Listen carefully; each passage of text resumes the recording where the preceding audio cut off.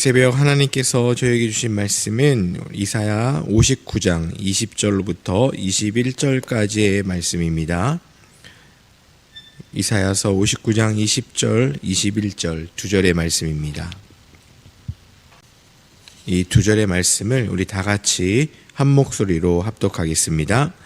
여호와의 말씀이니라. 구속자가 시온에 임하며 야곱의 자손 가운데서 죄가를 떠나는 자에게 임하리라.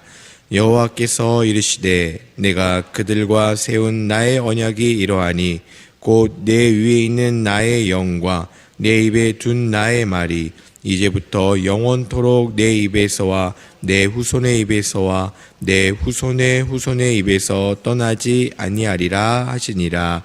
여호와의 말씀이니라. 아멘.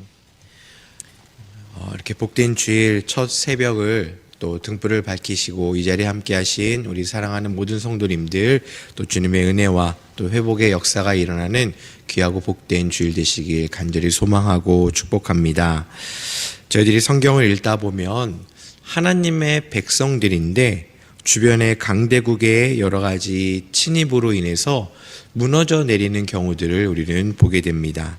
그 겉으로 보여지는 이유를 보면 정치적인 거나 또 여러 가지 국제적인 정세로 인해서 힘의 논리에 의해 또 무너지고 밀리는 것처럼 보일 수 있겠지만 성경은 그 궁극적인 원인을 바로 백성들의 죄악에 있다라고 이렇게 증거하고 있습니다. 오늘 본문이 들어있는 이사야 59장 2절에 기록되기를 너희의 죄악이 너희와 하나님의 사이를 갈라놓았고 또 얼굴을 가려 듣지 못하게 한다 라고 이렇게 증거합니다. 곧 죄는 우리의 잘못으로 인해서 하나님과의 단절을 의미하는 것이 바로 죄입니다. 그리고 그 죄의 힘은 점점 멸망의 길로 갈 수밖에 없다라는 겁니다. 이 문제를 분명히 해결해야 되는 것이지만 이 문제를 해결하는 방법은 우리가 할 수 있는 것이 아니라 전적인 하나님의 은혜로만 우리는 이 죄의 문제를 해결할 수가 있는 것입니다. 그런데 우리 사랑하는 성도님들, 우리가 이 시대를 가만히 돌아보면 지금의 시대는 죄에 대한 심각성을 알지 못한 채 살아가고 있다라는 생각을 들게 합니다. 죄를 단지 무지함, 때로는 결핍, 때로는 어떠한 조정을 통해서 회복할 수 있고 교정할 수 있고 고쳐나갈 수 있는 하나의 가벼운 문제로만 여기고 회피하려는 성향이 지금 우리 안에 너무나도 많다라는 겁니다. 예를 들면 그냥 좋은 게 좋은 것이고 또 편한 게 편한 것이지 않겠느냐라는 이야기, 그런 논리 앞에 죄 앞에 있는 삶의 모습이 큰 불편함이 없으면 때로는 그냥 힐링이라는 그런 단어로 포장하면서 죄의 문제를 너무나도 쉽게 여기고 있는 모습들을 우리는 보게 됩니다.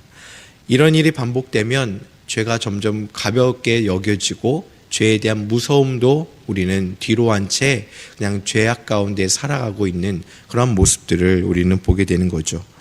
근데 여러분들, 이사야 59장에 보시면 이러한 인간의 죄악된 모습이 구체적으로 나열되어 있는데 단편적으로 하나씩 나열되어 있는 것 같지만 특별히 3절에서부터 11절까지를 나중에 한번 읽어보시면 모든 죄악된 모습들이 유기적으로 연결되어 있고 죄가 마치 성장하는 하나의 큰 나무처럼 이루어져 있는 것을 보면서 죄로 인한 무서운 절망을 이야기하고 있는 것을 우리는 보게 됩니다.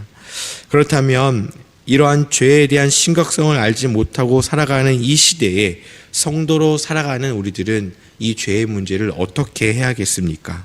그 방법은 딱 한 가지입니다.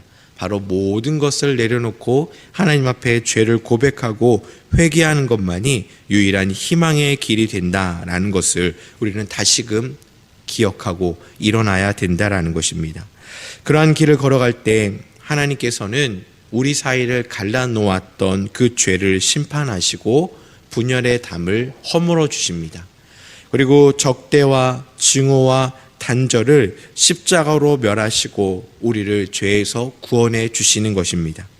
그리고 그 앞으로 어떻게 살아가야 될지에 대해서 말씀으로 이야기해 주시고 우리를 위로해 주시고 또 언약으로 우리를 새롭게 이끌어 가실 뿐만 아니라 우리가 하나님 은혜 안에서 회복을 경험할 수 있는 은혜로 우리를 이끌어가 주신다라는 것입니다. 사랑하는 성도 여러분, 죄의 문제가 해결된 것으로 그치는 것이 아니라 하나님께서는 우리를 회복시켜 주시길 원하신다라는 것입니다. 여러분, 회복은 어떤 의미가 있습니까? 먼저 회복은 누구에게나 반가운 말이 바로 회복입니다. 지금의 어려움과 아픔이 해결되었다라는 것도 그런 의미도 갖고 있으면서 동시에 지나온 시간들, 이전의 시간들의 온전함으로 복귀하는 것을 의미하기 때문입니다.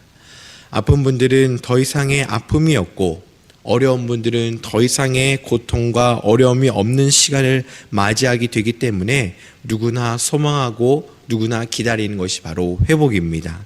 그런데 이런 회복에도 필요한 것이 있습니다. 먼저는 회복이다라고 이야기할 수 있는 이전의 건강한 상황에 대한 경험이 우리들에게 필요하다는 겁니다. 예를 들면 건강한 시간을 보낸 분들이다라고 할 때 지금의 아픔으로부터의 회복이 어떠한 상황인지를 알고 경험했기 때문에 그 건강에 대한 회복, 또 여러 가지 아픔에서의 벗어나는 회복을 소망하고 그것이 무엇인지를 알고 나아갈 수가 있다는 겁니다. 관계의 회복을 꿈꾸고 있는 사람들은 어떠한 것을 소망하고 있습니까?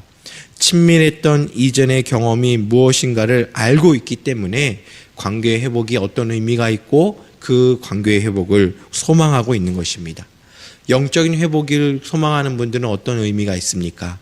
이전에 하나님과 더욱더 영적으로 깊어졌고 하나님과 더욱더 깊은 교제가 어떤 것인지를 이미 알고 경험했기 때문에 영적인 회복이 무엇을 의미하고 있는지를 알고 그것을 소망하고 있다는 겁니다.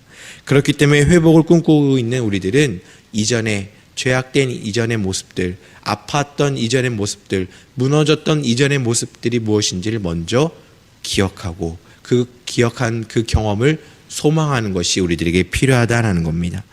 그리고 두 번째 필요한 것은 무엇입니까? 회복을 위한 전적인 은혜가 필요하다는 겁니다. 사람들은 자신들의 노력만으로 회복할 수 있다, 성장할 수 있다, 일어날 수 있다라고 외치고 있지만 어느 정도 우리의 노력도 필요한 부분도 있겠지만 더 중요하고 완전한 것은 전적인 하나님의 은혜가 있을 때 우리는 온전한 회복을 경험할 수가 있다는 것입니다. 오늘 본문은 하나님께서 이스라엘 백성들에게 회복을 약속해 주고 계십니다. 이전의 우상된 모습과 죄악된 이전의 상황을 그 온전했던 하나님과의 온전한 관계가 무엇인지를 경험했던 그 하나님의 백성들에게 하나님은 회복을 말씀하시고 동시에 그 죄가를 떠나는 자에게 하나님은 회복을 약속해 주고 계시는 것을 우리는 보게 됩니다. 자신의 죄를 회개하고 하나님께 돌아온 자에게 하나님은 영원한 구원을 약속해 주시고 이것이 우리에게 허락된 최고의 회복이며 은혜임을 우리는 다시금 확인할 수가 있는 것입니다. 또한 회복이 은혜가 되는 것은 무엇 때문입니까? 회복이 은혜가 되는 것은 단지 우리가 이제 내가 돌아서고 싶다, 내가 이제 회개해야지, 내가 돌아가야지 라고 결정하고 결단한다고 해서 온전한 회복이 이루어지는 것이 결코 아닙니다. 즉 회개한다라고 하면서 모든 것이 돌아서는 것이 아니라 우리의 죄의 자백을, 우리의 죄의 고백을 받아주시고 용서해 주시는 긍휼의 하나님의 은혜가 있을 때 우리는 회복을 경험할 수가 있는 것입니다. 그렇기 때문에 내 안에 진정한 회개의 고백과 죄악의 부끄러움 그리고 하나님의 용서하심과 긍휼하심의 은혜가 있을 때 우리는 온전한 회복을 꿈꾸고 경험할 수 있을 것이고 또한 영적으로나 또 육적으로나 온전한 하나님 안에서의 회복을 통하여 이 땅 가운데 성도로 살아가는 그런 귀한 모습을 온전히 무장하고 또 점검하고 또 새롭게 할 수 있는 은혜가 우리들에게 주어진다라는 사실입니다. 또 그 은혜는 우리 안에만 머무는 것이 아니라 오늘 말씀해 보시면 내 입에 뿐만 아니라 내 후손들의 입으로 이렇게 하나님의 은혜를, 하나님의 살아계심을 고백할 수 있도록 약속해 주셨는데, 그 은혜가 우리 안에만 머무는 것이 아니라 우리 자손들, 우리 이웃들, 우리 공동체 안에도 함께 그 은혜를 누릴 수 있는 영적 유익이 이어질 수 있다라는 사실을 우리는 다시금 깨달을 수가 있는 것입니다. 또 무엇보다 회복은요, 우리도 원하고 있지만 하나님께서 가장 원하고 계시는 것이 바로 하나님의 사람들의 회복인 것입니다. 하나님은 죄악 가운데 머물러 있는 우리들을 위해서 애통해 하시고 우리를 끝까지 찾으시고 우리가 다시금 그 길에서 벗어나 돌아오기를 누구보다 기다리시고 소망하시는 분이 바로 우리 하나님이십니다. 때로는 내가 아직 회복에 대해서 꿈도 꿈꾸지 못할 때도 하나님께서는 우리에게 그 회복을 약속하셨고, 우리가 우리의 죄악을 미처 알지 못하는 그 순간에도 하나님께서는 그 죄의 문제를 해결해 주시기 위해서 지금도 우리에게 다가오고 계신다라는 사실을 우리는 기억해야 될 것입니다.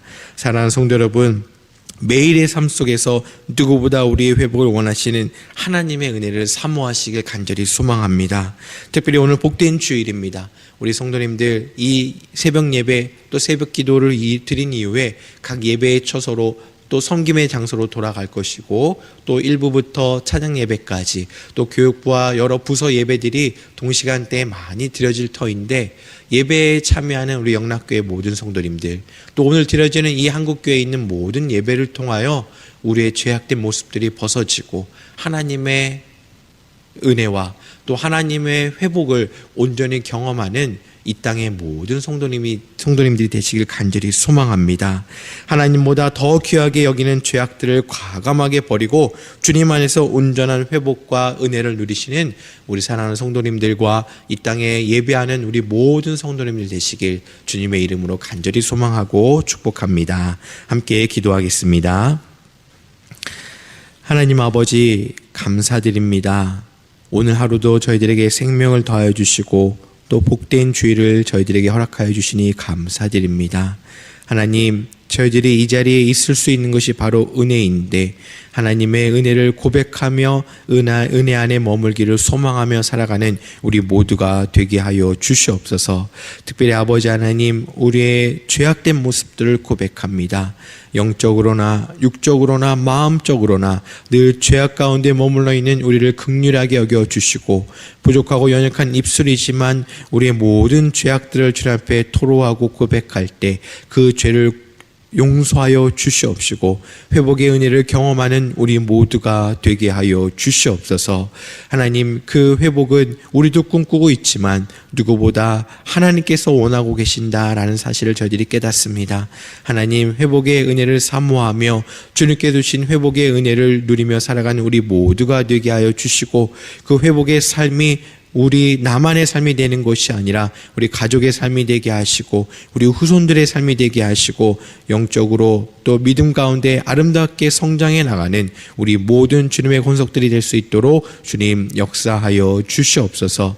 특별히 복된 주일입니다. 이제 드려지는 모든 예배와 섬김의 자리마다 하나님의 회복의 역사가 일어나게 하여 주시옵시고, 회복의 은혜를 날마다 고백하고 서로 증거하는 아름답고 복된 성도의 삶이 될 수 있도록 주님 인도하여 주시옵소서. 특별히 간절한 마음으로 기도하고 예배 드릴 때 그 기도를 들어 응답하여 주시고 예배에 응답하여 주시고 그 예배 가운데 임재하신 주님을 늘 기억하고 경험하는 우리 영락교회 또 이 땅에 있는 모든 성도님들 될 수 있도록 주님 인도하여 주시옵소서. 모든 걸 주님께 감사드리며 이 모든 말씀 예수님의 이름으로 기도드립니다. 아멘.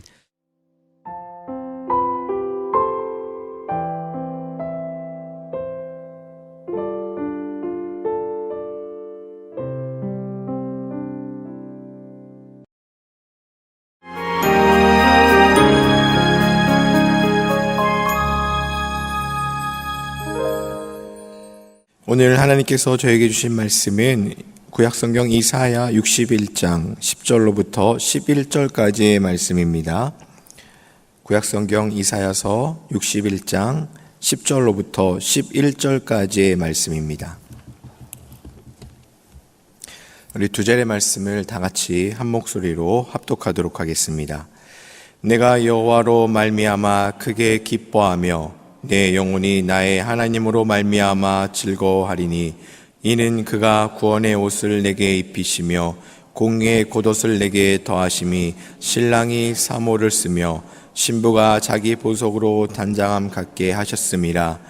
땅이 싹을 내며 동산이 거기 뿌린 것을 옴듣게 함 같이 주 여호와께서 공의와 찬송을 모든 나라 앞에 솟아나게 하시리라. 아멘.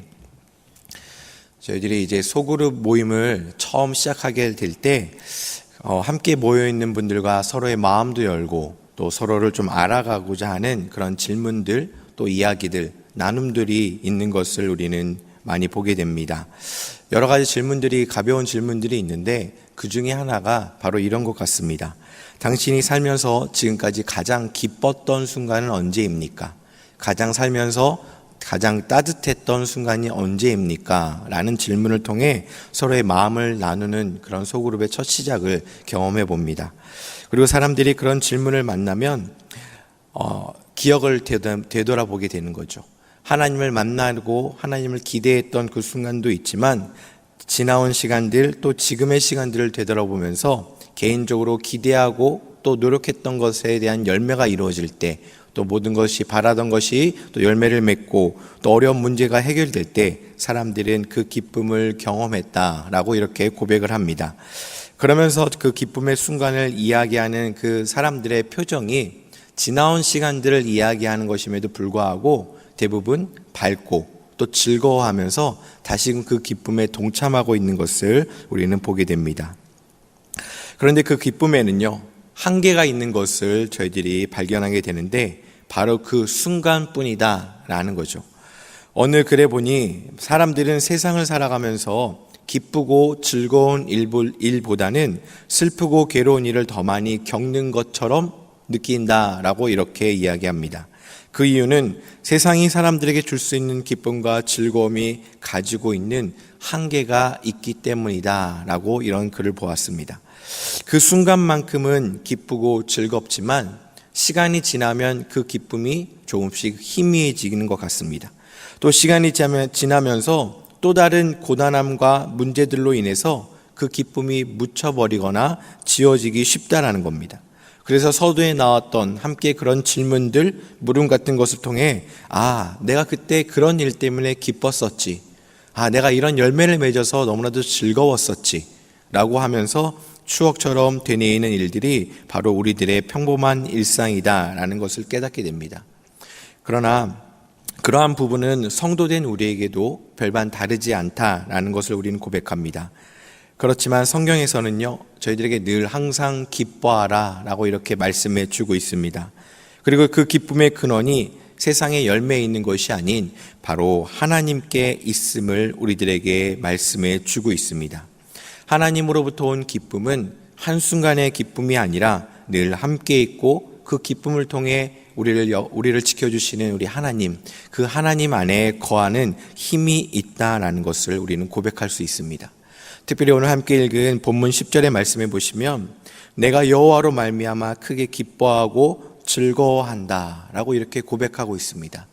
바라기는 우리 사랑하는 모든 성도님들, 이러한 10절의 고백이 이 땅을 살아가는 우리 성도님들의 고백이 되시길 간절히 소망합니다. 기쁨을 누리는 원인은 참 다양하겠지만 가장 큰 기쁨은 하나님께 있는 것입니다. 그렇다면 하나님으로 인해 기뻐한다라는 것은 무엇을 의미하겠습니까?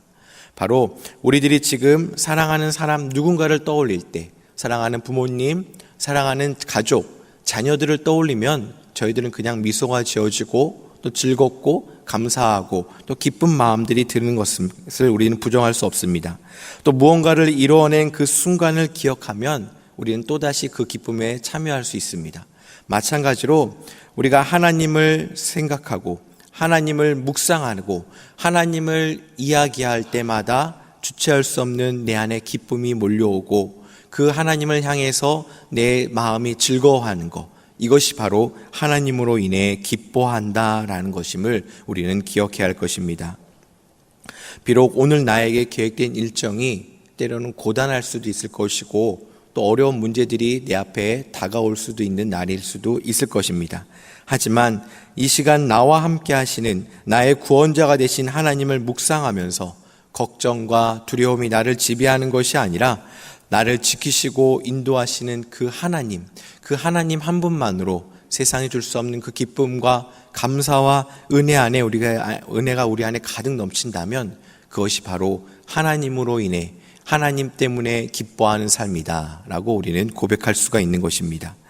그렇게 나의 영혼이 기뻐하고 즐거워할 때, 하나님으로 인해서 우리가 기뻐할 때 우리에게 주는 유익은 세상의 어떠한 유혹과 공격에서도 우리는 안심하고 살아갈 수 있을 뿐만 아니라 세상에서는 모두가 높아지려 하고 세상에서는 모두가 많은 것을 가지려 함에도 불구하고 더 낮아지고 또 더 내어줌에 있어서 걱정하고 두려워하고 근심하는 것이 아니라 하나님 때문에, 하나님 덕분에 오히려 더 기뻐하는 삶을, 그 은혜의 삶을 누리며 살아갈 수 있는 것이 바로 성도된 우리에게 주신 하나님의 기쁨이요 은혜임을 우리는 기억해야 할 것입니다.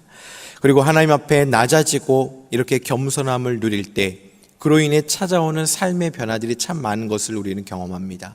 그간에 저희들이 가지고 싶었던 것들, 누리고 싶었던 것을 고스란히 내려놓을 수 있는 그런 담대함도 우리 안에 있고, 또 삶의 곳곳에서 찾아오는 변화를 우리는 기꺼이 받아들일 수 있는 그런 성도가 될 수 있다는 겁니다. 특별히 오늘 본문에 속한 이사야 61장에 보시면 그 시작이 구원의 아름다운 소식을 통해 이 땅에 포로된 자들에게 허락하신 구원의 은혜, 그리고 더불어 삶의 변화를 우리들에게 말씀하고 있습니다. 1절부터 보시면 가난한 자에게 아름다운 소식을 전하게 하려 하셨고 그 구원의 하나님을, 주님을 우리에게 보내주심으로 인해서 그 이후로 어떤 일이 벌어졌습니까? 마음이 상한 자를 고쳐주셨고 포로된 자에게 자유를 주셨고 갇힌 자에게 노임을 선포하여 주셨습니다. 그리고 계속해서 이어진 말씀 속에 포로되었던 이스라엘 백성들이 이제는 예루살렘에 임한 하나님의 은혜의 빛을 통해 삶의 변화를 계속해서 말씀 가운데 선포하고 있는 것을 보게 됩니다. 삶의 모습도 변했고 또 그 삶에 임하는 사람들의 마음도 변한 것을 우리는 보게 됩니다. 그리고 그 사람들을 바라보는 다른 사람들의 관점도 바뀌는 것을 보게 되죠. 특별히 이사야 61장 6절에 보시면 그들을 이제 더 이상 포로로 보는 것이 아니라 하나님의 봉사자다라고 이야기하고 있습니다. 또 9절에 보시면 복받은 자손이다 라고 이렇게 사람들이 이야기하고 있습니다. 하나님의 은혜의 해로 인해서 하나님 앞에 구원의 기쁨을 누리는 우리들은 이제 많은 사람들에게 하나님의 봉사자요 또 복받은 자손이다 라고 일컬음을 받게 된 것입니다. 그간의 포로 생활에서는 전혀 상상할 수 없는 변화가 그들 안에 일어난 것이고 그 변화가 즐거움이 되었고 변화의 주체이신 하나님으로 인해서 하나님의 백성들이 기쁨의 삶을 누리게 되었다라는 겁니다. 어두움도 있고 슬픔도 있습니다. 또 포로됨과 황폐함과 수치 등 변화되기 전에 갇혀있는 모습들이 우리 안에 참 많았습니다. 타인에 의해 갇혀있기도 하였고요. 나의 욕심 때문에 갇혀있기도 하였습니다. 때로는 나의 의지를 억누르고 있는 세상적인 문화들로 인해 갇혀있는 모습들도 우리 안에 있었습니다. 하지만 이제는 그 모습에서 자유할 수 있게 된 그 기쁨을 우리는 하나님으로부터 누리게 되었다라는 것을 고백할 수 있는 것입니다. 우리들이 신앙생활하는 모습을 통해서 어떤 분들은 하나님을 믿는 것이 오히려 더 답답하다, 갇혀있다라고 이야기하는 분들도 있는 것 같습니다.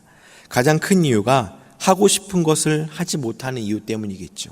하나님을 믿고 또 신앙생활을 하다 보면 하나님의 뜻에 따라서 때로는 절제하고 때로는 내려놓고 때로는 멈춰야 되는 것이 참 많은 것이 이 땅의 문화인 것 같습니다. 그러나 이것은 진정한 자유함의 의미를 깨닫지 못한 답변입니다. 자유는 그냥 하고 싶은 대로 하는 것이 가치 있는 것이 아니라 가장 가치 있는 자유는 무엇입니까? 하고 싶은 것을 할 수 있지만, 경험할 수 있는 것을 방해받지 않고 경험할 수 있지만 하나님의 봉사자요 복받은 자손으로서 스스로 그 자유를 포기할 수 있는, 그 포기할 줄 아는 자유함이 더 가치 있고 하나님께서 기뻐하시는 자유다라는 것을 우리는 고백합니다. 예를 들면 저희는 주일마다 예배를 드립니다.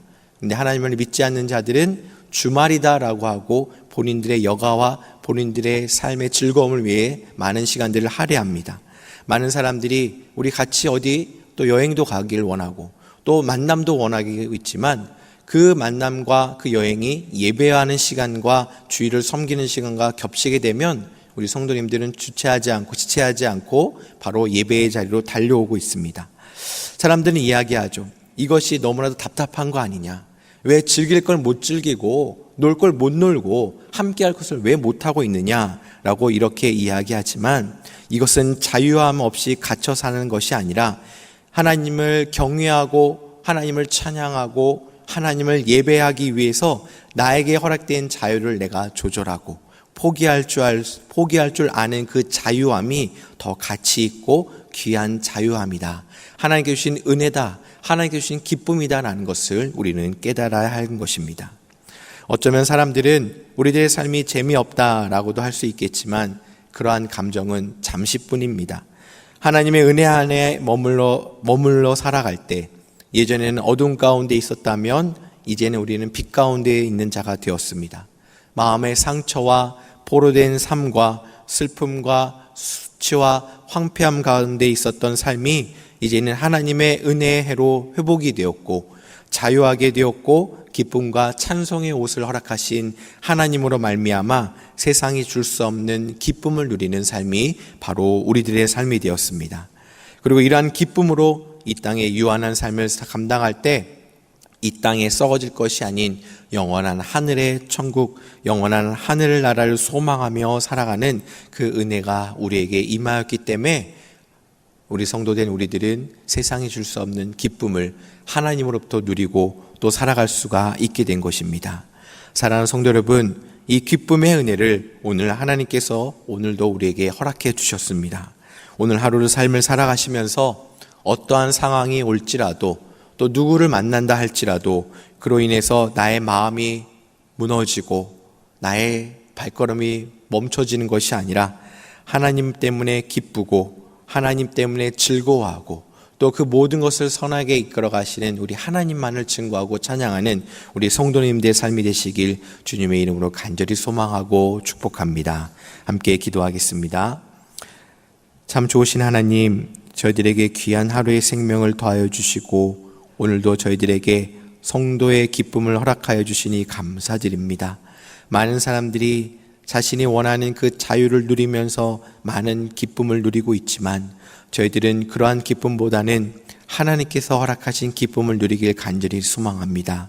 때로는 우리의 걸음을 멈추고 우리의 만남을 멈추고 우리의 생각을 내려놓고 하나님 앞에 엎드리며 우리의 시간을 드리고 우리의 마음을 쏟아놓고 우리의 물질을 주님께 드리지만 이것이 내가 궁핍해지고 내가 약해지고 내가 소외되는 것이 아니라 세상이 줄 수 없는 하나님의 기쁨에 참여하는 은혜임을 저희들이 깨닫사오니 하나님, 오늘 하루 허락하신 모든 삶의 자리마다 하나님의 기쁨의 안에 머무는 우리 모두가 되게 하여 주시옵소서.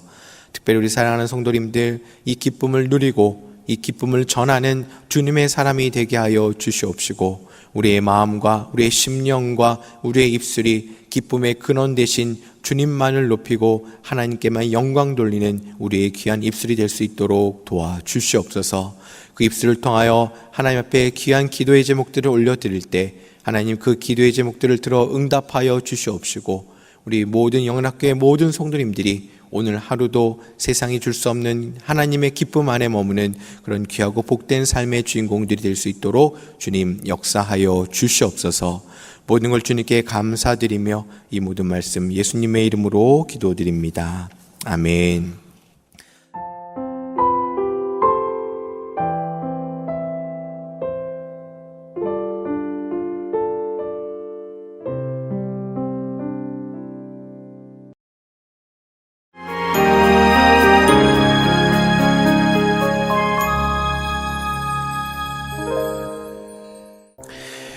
오늘 함께 읽을 오이코스 본문은 이사야 64장부터 66장까지의 말씀입니다.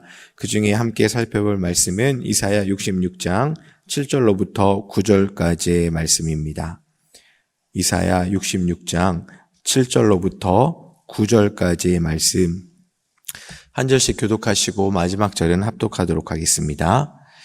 시온은 진통을 하기 전에 해산하며 고통을 당하기 전에 나말을 낳았으니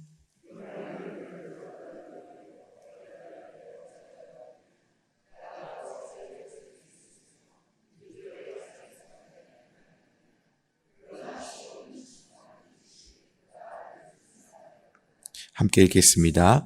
여호와께서 이르시되 내가 아이를 갖도록 하였은즉 해산하게 하지 아니하겠느냐. 내 하나님이 이르시되 나는 해산하게 하는 이인즉 어찌 태를 닫겠느냐 하시니라. 아멘. 오늘로써 이제 이사야서가 마무리되어 가고 있습니다. 오늘로 이렇게 마무리가 되어가는 이사야서의 전체 주제는 잘 아시는 것처럼 하나님의 심판과 회복이다라고 할 수 있습니다. 그리고 그 주제가 이사야서의 말미인 65장과 66장에 걸쳐서 한 번 더 나오고 있는 것을 보게 됩니다. 그리고 오늘 함께 읽은 본문에서는 회복하는 공동체의 모습을 다시금 우리들에게 말씀해 주고 있는 것을 볼 수 있습니다. 오늘 함께 읽은 66장인데 그 본문 앞장인 65장에 보시면 새 하늘과 새 땅에 대한 기록이 있습니다. 이곳은 하나님의 절대 주권이 있는 곳이고 하나님의 의가 실현되는 곳이고 진정한 평화가 임하는 곳입니다. 그런 곳을 그 새 하늘과 새 땅을 창조하시겠다라고 말씀하신다는 것은 지금 그 모습에 부재함이 있다라는 것을 반증합니다. 이제 과거의 악함과 심판의 모습이 맞춰진 이후에 이제 새 하늘과 새 땅이 새롭게 창조될 것인데 그렇다면 그곳에 거할 자는 그곳에 머물 자들은 과연 누구일까라는 궁금증이 우리에게 들어올 수 있을 것입니다.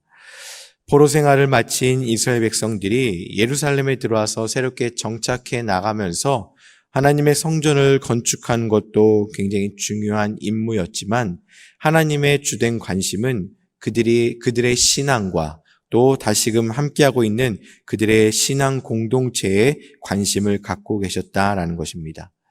그들의 포로 생활을 겪어야만 했던 이전의 죄악된 모습으로 다시금 되돌아가지 않기 위해서 버려야 할 것들, 지켜야 할 것들을 말씀해 주고 계시는 것을 보게 됩니다. 먼저는 66장 1절과 2절에서 보시면 하나님께서는 인간의 손으로 만들어진 성전에만 머무시는 분이 결코 아니시다라는 것을 말씀하고 있습니다. 우리의 생각과 관념 속에 하나님을 가두고 내가 원하는 하나님만을 섬기는 것이 아니라 내가 원하는 하나님을 섬기는 것이 아니라 하나님께서 어떤 분이신지를 매일같이 깨닫고 또 하나님의 주권 아래 머물면서 하나님의 백성으로 살아가는 것이 가장 먼저 필요하다라는 것을 우리들에게 말씀해 주고 계시는 것입니다. 하나님의 주권을 인정하고 하나님 주권 안에 머무르고 매일 날마다 하나님을 알아가기를 기뻐하는 백성들에게 하나님께서는 하나님만을 예배하는 삶을 허락해 주고 계시는 것을 보게 됩니다. 66장 3절과 4절에 보시면 하나님께서는 거짓 예배에 대해서 거짓으로 섬기는 것에 대해서 경고를 하고 계십니다. 사랑하는 성도님들, 무엇이 거짓 예배입니까? 마음은 하나님을 예배하지 않으면서 겉으로 보여지는 그런 경건한 모습에는 경건하게 예배를 드리는 것처럼 보이기를 좋아하는 것, 그것이 바로 거짓 예배입니다. 또 심지어는 그렇게 거짓 예배를 드리면서 스스로 흡족해하고 스스로 만족해하고 이만하면 됐다라고 혼자 규정하는 것, 이것도 바로 거짓 예배의 모습인 것입니다. 이렇게 외식하는 모습으로 제물을 드리고 분향하는 것을 하나님께서는요, 살인과 부정함과 우상 숭배와 같은 것으로 같은 동격으로 취급해 버리고 계시는 것을 보게 됩니다. 예배를 드린다고 하지만 내 안에 욕심이 가득하고 예배를 통해서 하나님을 높이는 것이 아니라 내 자신이 높아지고 나의 이름이 한 번 더 공동체 안에서 언급되는 것에 만족하는 모습들을 하나님께서는 결코 기뻐하지 않으신다라고 이렇게 말씀하십니다. 그렇다면 새하늘과 새 땅에 들어가서 하나님을 기쁘게 하는 사람들은 과연 누구겠습니까? 오늘 본문 바로 앞인 5절에 보시면 하나님의 말씀 앞에 떠는 자들, 곧 여호와의 말씀에 순종하기를 힘쓰고 하나님 앞에 엎드리기를 즐거워하는 신실한 백성들을 하나님께서는 기뻐하신다라고 말씀하십니다. 비록 세상은 그들을 조롱하고 시끄럽게 하는 자들이 분명히 있겠지만 이제는 하나님께서는 잠잠히 계시는 것이 아니라 그 조롱하고 시끄럽게 하는 자들을 향한 심판의 소리를 높이신다라고 말씀하십니다. 곧 하나님은 말씀 앞에 떨며 엎드리는 자들을 위해서 구원을 허락하시고 위로를 약속해 주고 계시는 것을 보게 됩니다. 이렇게 하나님의 구원과 위로를 경험한다는 것은 곧 회복을 경험하는 것과 마찬가지입니다. 오늘 함께 읽은 본문 7절에서 9절까지의 말씀은 해산하는 여인의 모습을 통해 이스라엘 백성들의 공동체가 회복을 어떻게 이뤄갈까라는 것을 말씀해 주고 계십니다. 먼저 저희들이 살펴볼 말씀이 있는데 나중에 한번 댁에 가서 한번 보시면 이사야 54장 1절에 보시면 잉태하지 못하며 출산하지 못한 너는 노래할지어다 상고를 겪지 못한 너는 외쳐 노래할지어다 라고 이렇게 말씀하고 있습니다. 예루살렘은 잉태하지도 못하였고 출산하지도 못한 여인과 같다라고 말씀하십니다. 그것은 하나님의 언약 백성이 이방 나라의 포로로 끌려가서 그들의 삶의 자리가 황폐하게 되었다라는 것을 의미합니다. 그런데 이제는 어떻습니까? 하나님께서 회복시켜 주셔서 이제 그 여인은 해산하지 못하는 여인이 아니라 해산하여 많은 자녀를 가지게 된 사람이 되었습니다. 이것은 그 언약 백성이 이제 예루살렘 시온에 돌아와서 그 성에 거주하게 될 때 그 공동체가 회복된다라는 것을 말씀해 주고 계신 것입니다. 그렇다면 이 회복에 대한 세 가지의 특징을 우리가 말씀 속에서 볼 수 있을 터인데 먼저는 임박하다라는 겁니다. 7절에 보시면 진통을 하기 전에 해산하였다라는 것은 구원이 지체되지 않고 속히 이루어질 것이고 하나님께서 그 백성들을 지체하지 않고 구원해 주실 것이다 라고 이렇게 표현하고 있는 것입니다. 두 번째 특징은 차별성입니다. 시온의 구원은 일반 역사에서나 이런 세상적인 역사에서 듣거나 본 적이 없는 특별한 모습입니다. 8절에 보시면 이런 일을 본 자도 없고 들은 자도 없고 자연적인 진전으로 이루어진 것이 결코 아니기 때문에 평범한가는 분명 다른 차별성이 있다라고 말씀해 주고 있습니다. 세 번째는 어떤 특징이 있습니까? 바로 확실함입니다. 앞에 2절에서 일어난 것들이 사람으로서는 이해할 수 없고 인간의 힘으로는 감히 흉내낼 수 없는 일들이 벌어졌습니다. 그런데 이것을 계획하시고 반드시 이루시는 분이 바로 하나님이십니다. 하나님이시기 때문에 확실하게 하나님만이 그 일을 감당하실 수 있다라는 그 회복의 의미와 특징을 우리는 다시금 살펴볼 수가 있는 것입니다. 이러한 회복을 꿈꾸고 살아가는 하나님의 백성들, 그 새하늘과 새 땅에 들어갈 하나님의 백성들을 그 회복을 경험하는 공동체의 특징은 바로 올바른 예배의 모습을 지켜나간다라는 것입니다.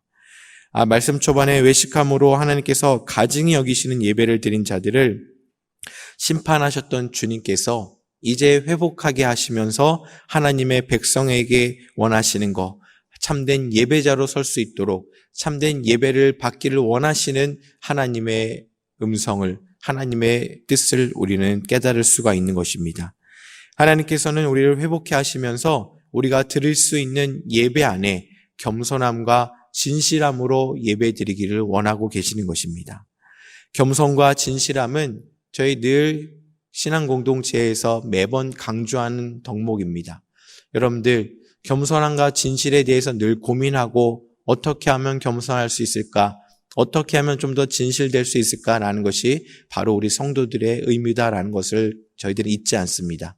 그렇다면 겸손은 어떻게 저희들이 이루어갈 수 있겠습니까?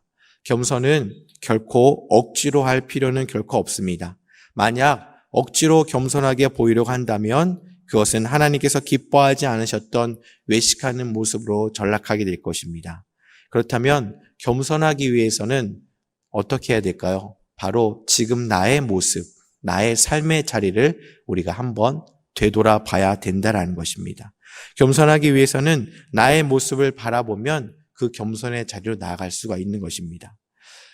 이제 신방 기간에 우리 성도님들 가정을 신방을 하게 되면 할 때마다 느끼는 건데, 모든 성도님들이 너무나도 환영해 주시고 환대해 주시는 것을 경험하게 됩니다. 집 앞까지 나와 계셔 주시고, 또 거동이 힘든 어르신들은 거실에 나와서 서서 기다려 주시는 것을 계속 보게 됩니다.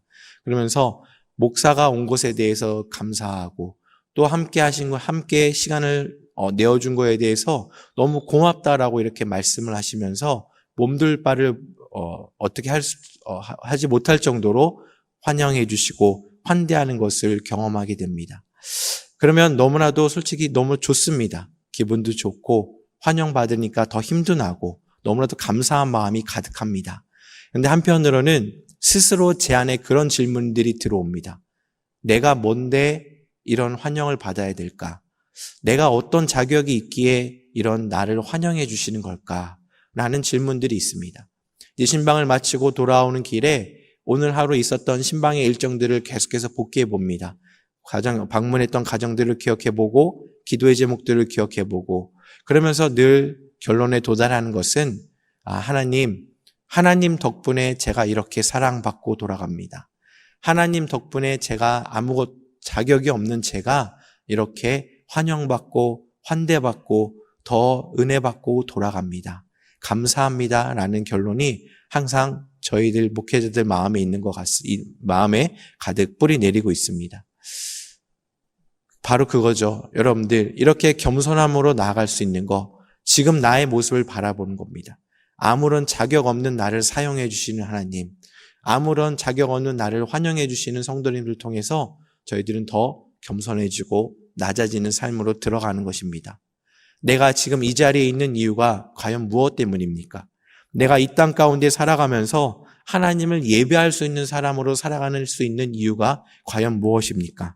내가 그런 자격이 있고 능력이 있고 힘이 있어가 아니라 아무것도 없는 우리를 하나님의 백성으로 삼아주신 그 때문에 우리가 겸손하게 하나님 앞에 엎드려 예배할 수가 있다는 것입니다. 이 모든 은혜를 기억하고 아무것도 아닌 나를 바라볼 때 우리는 조금 더 하나님 앞에 겸손함으로 예배드릴 수 있는 예배자가 될 수 있는 것입니다.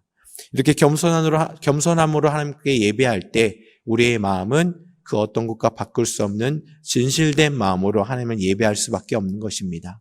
겉으로는 조금 화려함이나 보여지는 것이 부족할지라도 내 중심이 하나님을 바라보고 있기 때문에, 겸손한 내가 나를 불러주신 하나님을 의지하고 하나님의 부르심에 순종하려고 몸부림치고 있기 때문에 우리가 겸손함으로 드려지는 예배는 진실함으로 드려질 수밖에 없다라는 사실을 우리는 기억해야 되는 것입니다. 사랑하는 성도 여러분, 우리에게 보여지는 것과 외식하는 모습이 아닌 우리의 마음과 중심을 보시는 하나님만을 바라보고 하나님만을 예배하는 우리 모두가 되시길 간절히 소망합니다.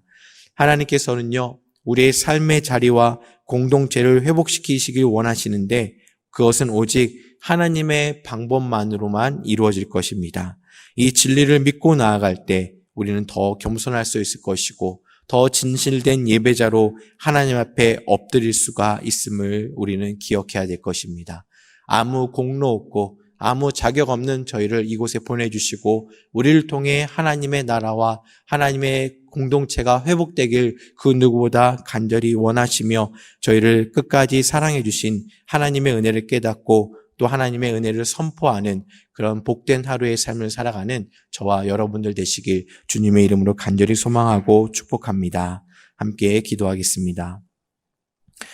하나님 아버지, 자격 없고 아무런 능력 없는 저희를 사용하여 주시고 불러주시고 예배자로 설 수 있도록 인도하여 주시니 감사드립니다. 저희들에게 하나님의 뜻은 늘 평강이요 또 저희들에게 허락하신 것은 늘 회복임을 저희들이 깨닫습니다. 하나님, 하나님의 사람으로 살아갈 때 저희를 유혹하고 넘어뜨리는 많은 공격들이 있지만 저희를 끝까지 지키시고 보호하시는 하나님만을 의지하며 회복의 자리에 늘 견고히 서 있는 저희들의 삶이 될 수 있도록 인도하여 주시옵소서. 하나님, 저희들이 이곳에 있을 수 있는 이유, 회복을 경험할 수 있고 겸손한 예배자로 설 수 있는 이유가 바로 하나님의 은혜임을 저희들이 기억해 봅니다. 아버지 하나님, 그 고백이 우리의 믿음의 뿌리가 되게 하여 주셔서 오늘 하루도 회복을 경험하고 하나님을 겸손히 섬기고 예배하는 예배자의 삶이 될 수 있도록 주님 인도하여 주시옵소서. 그래요, 저희들이 속한 공동체, 가정과 이웃들과 또 우리 직장과 많은 속해 있는 이 교회 공동체가 더 아름답게 회복되어지고 새하늘과 새 땅에 들어가는 그런 귀하고 복된 은혜의 공동체가 될 수 있도록 주님 인도하여 주시옵소서. 특별히 아버지 하나님, 저희 사랑하는 성도님들 늘 기도하는 중에 있습니다. 그 기도의 제목들을 들어 응답하여 주시옵시고 무더위가 계속되고 있는 이때에 영과 육을 더욱더 강건하게 하여 주셔서 이 무더위 때문에 고단하고 힘든 삶이 아닌 이 모든 세상을 지배하시고 이 자연을 주관하시는 우리 하나님을 기억하며 하나님 앞에 한 걸음 더 깊이 들어가는 은혜의 여정이 될 수 있도록 주님 인도하여 주시옵소서. 특별히 사랑하는 자녀손들 학업 중에 있고 또 방학 중에 있습니다. 또 새로운 일을 준비하고 있고 군대에 나가 있고 아버지 하나님 또 해외 유학 중인 우리 자녀들도 있습니다. 하나님께서 은혜를 더하여 주셔서 어디 있든지 간에 하나님을 기억하고 하나님을 예배하고 하나님을 겸손히 잘 섬기는 믿음의 자녀들로 성장케 하여 주시고 세계 열방 가운데 귀하게 쓰임받는 하나님의 자녀손들이 될 수 있도록 주님 역사하여 주시옵소서. 모든 걸 주님께 의탁드리오며 이 모든 말씀 예수님의 이름으로 기도드립니다. 아멘.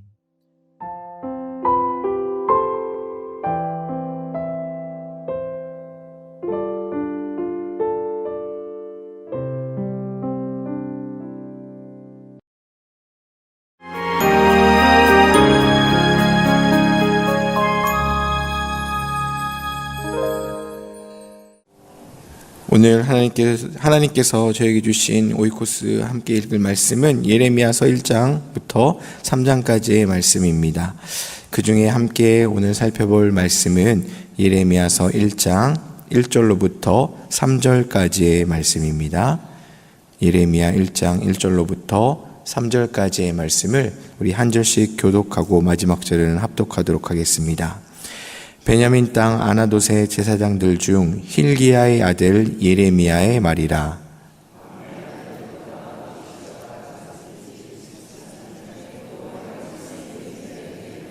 함께 읽겠습니다. 요시아의 아들 유다의 왕 여호야김 시대부터 요시아의 아들 유다의 왕 시드기야의 11년 말까지 곧 올해 예루살렘이 사로잡혀 가기까지 임하니라. 아멘. 이제 7월의 마지막 날이 되었습니다. 오늘 하루도 주신 하나님의 은혜, 또 새로운 한 달을 맞이하기 하루 직전의 은혜를 또 마음껏 누리시는 우리 성도님들 되시길 간절히 소망합니다. 오늘부터 함께 나누게 되는 이 예레미야서는 아시는 것처럼 남유다 왕국의 멸망이 다다른 시점에서부터 실제 바벨론에 의해서 멸망하는 시기까지의 그 역사적 배경을 갖고 있는 곳입니다. 이러한 역사적 사실로 인해서 예레미야를 수식하는 용어가 있는데 바로 눈물의 예언자입니다. 그 이유는 하나님 앞에서 패역한 모습으로 살아가는 그 백성들과 함께 살아가면서 하나님의 뜻에 따라 멸망을 선포해야 하는 선지자로서의 고백이, 그 눈물의 고백이 많이 기록되어 있기 때문입니다. 고백이라는 것은 사실에 분명한 입각하여 그 고백을 하고 있지만 고백에는 그 사실만이 아닌 그 사람의 감정도 담고 있는 것을 우리는 알 수 있습니다. 예레미야는 하나님의 말씀을 선포하는 것 때문에 치욕을 당하였고 모욕을 당하였습니다. 그리고 조롱거리도 되었습니다. 더 나아가 생명의 위협도 받게 되는 상황을 만나게 되지만 예레미야는 하나님의 말씀을 선포하지 않고는 견딜 수 없는 그런 상황을 고백하는 모습도 보여줍니다. 즉 말씀을 선포하면 외적인 고통이 오고 또 말씀을 선포하지 않으면 내적인 고통이 예레미야에게 머무는 것을 보게 됩니다. 이는 단지 개인적인 고통에만 머무는 것이 아니라 예언자로서 하나님의 말씀이 그 백성들에게 거부당하는 아픔, 그 고통을 겪었던 사람이 예레미야고, 또 그로 인해서 백성들이 포로 생활을 감당해야 되는 아픔과 고통도 예레미야는 함께 겪어야 했습니다. 그렇다면 하나님께서 이렇게 어려운 시대에 부르신 이 예레미야는 과연 어떤 사람이겠습니까? 그 어떤 사람인가에 대해서 저희들이 오늘 말씀을 통해 잠시 나누고자 합니다. 예레미야는 우리 함께 읽은 것처럼 제사장 hil기야의 아들로서 큰 문제가 없으면 예레미야도 제사장이 될 사람이었지만, 성경 그 어느 곳에서도 예레미야가 제사장으로 사역했다라는 증거는 없습니다. 오히려 예레미야서 곳곳에서 보시면 자신들의 역할을 잘 감당하지 못하는 제사장들에 대한 책망을 하고 있는 사람이 바로 예레미야의 모습입니다. 제사장의 역할은 무엇입니까? 제사를 집례하는 것뿐만 아니라 하나님의 말씀인 율법을 가르치는 임무가 그들에게 있었습니다.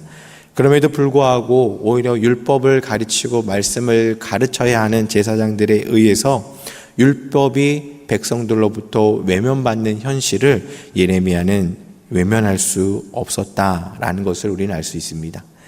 또한 예레미야가 부름받아 활동하던 시기는 말씀에 있는 것처럼 요시야가 왕이 된 13년째 되는 해부터 남유다의 마지막 왕인 시드기야 시대까지 활동한 것을 보게 됩니다. 그가 활동하던 시기의 왕들은 요시야 때부터이지만 요시야 왕의 그 윗대인 아몬과 그 윗대인 므낫세의 시기는 우상 숭배가 극에 달하고 악한 왕으로서의 평가를 받았습니다. 그런 평가를 이은 왕의 대를 이은 자리가 바로 요시야 왕의 자리였습니다. 요시야 왕은 이 악한 현실 속에서 하나님을 회복하고자 종교개혁을 시행하였고, 나라 곳곳에 있는 우상들을 제거하기 시작하였습니다. 또 성전을 수리하였고, 그 과정에서 발견된 율법책을 통하여 본격적인 개혁을 시행하기도 하였습니다. 그리고 멈춰져 있고 끊어져 있던 유월절을 다시금 지키도록 명령하면서 하나님을 기억하도록 하였습니다. 요시야의 정교개혁은 역사적으로는 굉장히 긍정적인 평가는 있지만, 그럼에도 불구하고 그 이후에 백성들의 삶을 보면 그간의 악함과 패역함을 완전히 끊어내지 못한 모습들도 우리는 보게 됩니다. 그리고 예레미야의 배경을 본다면 아나돗 지방의 제사장 가문의 사람입니다. 아나돗은 어디입니까? 바로 다윗 시대의 제사장이었던 아비아달이 다윗의 네 번째 아들 아도니아의 반역에 참여했다라는 이유로 솔로몬 시대 때 제사장직을 박탈당하고 고향으로 추방되는데, 그곳이 바로 아나돗입니다. 제사장 집안들이 역사적으로 자신의 거주지 또 고향을 떠나지 않는다라는 그 역사적 사실을 통해 아나돗 지역에 살고 있던 예레미야는 이 아비아달의 후손이었다라는 것도 우리는 알 수 있습니다. 이처럼 예레미야가 부름받은 시대적인 상황, 자신의 집안, 가문의 상황은 너무 어둡고 힘든 시기였다라는 것을 우리는 볼 수 있습니다. 이런 위기를 만나면 사람들은 좀 더 탁월하고 힘있고 능력 있는 누군가를 기다리고 그러한 리더가 나타나서 이 문제를 해결해 주기를 바라고 있습니다. 또 리더가 되고 싶은 사람은 자신만이 적임자다라고 이렇게 이야기하면서 관심을 호소하는 것이 우리들의 일상적인 모습입니다. 그런데 성도 여러분, 예레미야는 어떤 자격을 갖췄습니까? 그의 집안은 이미 다윗 시대부터 어긋난 집안이었습니다. 솔로몬 시대에는 뒤로 밀려서 마치 실패하고 몰락한 집안처럼 보여지기도 합니다. 그 이후에 솔로몬의 후손들이 왕으로 섬겼던 남유다에서는 이 아나돗이라는 그 지역은 그렇게 반가운 지역이 아니었을 것이고, 또 그 지역에 있는 제사장들과의 관계는 불편하고 신뢰할 수 없었고, 또 왕의 입장에서는 관심을 두고 싶지 않은 곳이 바로 그곳, 그 지역의 제사장들이었다라는 것도 우리는 생각해 볼 수 있습니다. 그런데 하나님께서는요, 그 지역에서 한 제사장의 아들 예레미야를 택하셔서 하나님의 백성을 심판하시고 회복하는 일에 쓰임받게 하셨습니다. 즉, 한 지역의 가문을 억눌렀던 왕의 후손들이 이제는 그들로부터 자신들이 억눌렀던 그 지역의 그 가문의 제사장들로부터 하나님의 심판의 경고의 메시지를 듣게 된 것이 바로 오늘 본문의 모습이다라고 우리는 이야기할 수 있습니다. 예레미야뿐만 아니라 성경에 보면 많은 인물들이 나오는데 혈기왕성해서 실수했던 모세도 하나님께서는 다듬어서 사용하여 주셨습니다. 그리스도인들을 그렇게 핍박하였던 사도 바울도 하나님께서는 만나주시고 사용하여 주셨습니다. 그리고 예수님의 족보에도 보시면 이방 여인의 이름들이 기록된 것을 보면서 우리가 깨닫는 것은 하나님께서 사용하시겠다라고 하면 사람의 생각과 사람의 판단은 아무것도 중요하지 않다라는 것을 우리는 깨닫습니다. 하나님께서 사용하신다 하면 그 누구도 막을 수가 없는 것이 바로 하나님의 뜻임을 우리는 깨닫게 되는 것입니다. 우리도 마찬가지입니다. 우리가 가정에서, 일터에서, 또 교회에서, 또 우리가 살아가는 삶의 자리에서 설 수 있고 그 임무를 감당할 수 있고 그 역할을 우리가 감당할 수 있는 이유는 우리에게 그에 맞는 힘과 능력과 또 재능이 있어서일 수도 있겠지만 가장 먼저 또 가장 근본적인 이유는 하나님께서 우리를 부르셨고 그 자리에 세워주셨다라는 것입니다. 필요한 재능이 있고 또 은사가 목적에 맞게 또 사용되는 거 또 그러기 위해서 고민하고 노력하는 것은 분명 우리들에게 있는 임무이겠지만 그 안에서 나의 역할을 감당할 수 있도록 세워주시고 또 그 재능을 허락하신 분도 바로 우리 하나님이시오 하나님의 은혜임을 우리는 깨닫게 되는 것입니다. 사랑하는 성도 여러분, 오늘 하루 어떤 계획들을 갖고 계십니까? 때로는 나에게 또 남에게 드러내고 싶지 않은 모습들도 있을 것이고 또 말하기 어려운 상황들도 있을 것이고 또 보여지기에는 때로는 작은 것처럼 또 초라해 보이는 그러한 계획들도 아마 있을 수도 있을 것입니다. 하지만 우리가 어디에 있든지 어디에 서든지 누구를 만나든지 하나님께서 오늘 저희들을 세워주셨고 하나님께서 오늘 저희들 그곳에 보내주셨고 그곳에서 일하실 하나님을 기대하며 살아가는 것이 바로 예레미야처럼 부름받은 우리들에게 필요한 고백이요 은혜가 된다라는 사실을 꼭 기억하시길 바라겠습니다. 현재의 모습이 또 지금의 모습이 또 앞으로의 모습이 때로는 조금 작고 연약해 보일지라도 우리가 실망하고 주저앉는 것이 아니라 하나님의 부르심에 집중하며 오늘 나에게 주신 귀한 하루의 삶을 주님과 늘 동행하며 하나님만 더 높여드리는 은혜의 하루가 되시길 주님의 이름으로 간절히 소망하고 축복합니다. 함께 기도하겠습니다. 하나님 아버지 감사드립니다. 연약하고 부족한 저희를 하나님의 사람으로 불러주시고 사람들이 이야기하는 기준과 그 모든 상황들에 때로는 부합하지 않고 또 부족해 보일지라도 하나님의 사람으로 저희를 세워주시니 감사드립니다. 하나님, 주어진 삶의 자리에 늘 최선을 다하고 땀 흘려 나아갈 때 하나님, 우리가 때로는 보여지지 않고 우리가 때로는 나타나지 않을지라도 실망하고 좌절하는 것이 아니라 하나님께서 세워주신 또 하나님께서 불러주신 그 목적과 은혜를 기억하며 하루하루를 또 주어진 삶의 자리를 최선을 다해 살아가는 우리 모두가 되게 하여 주시옵소서. 저희들이 이 자리에 있고 성도가 되고 또 자녀가 되고 부모가 되고 또 이 사회의 일원이 될 수 있는 것이 바로 하나님의 은혜요 하나님의 부르심을 저희들이 깨달았사오니 한 걸음 한 걸음 주님과 동행하고 주님께 묻고 나아가는 우리의 삶이 될 수 있도록 도와주시옵소서. 하나님 아버지, 무더운 여름의 날씨가 계속되어지고 있습니다. 이 무더위로 인해서 우리 사랑하는 성도님들 약해지지 않도록 주님께서 붙들어 주시옵소서.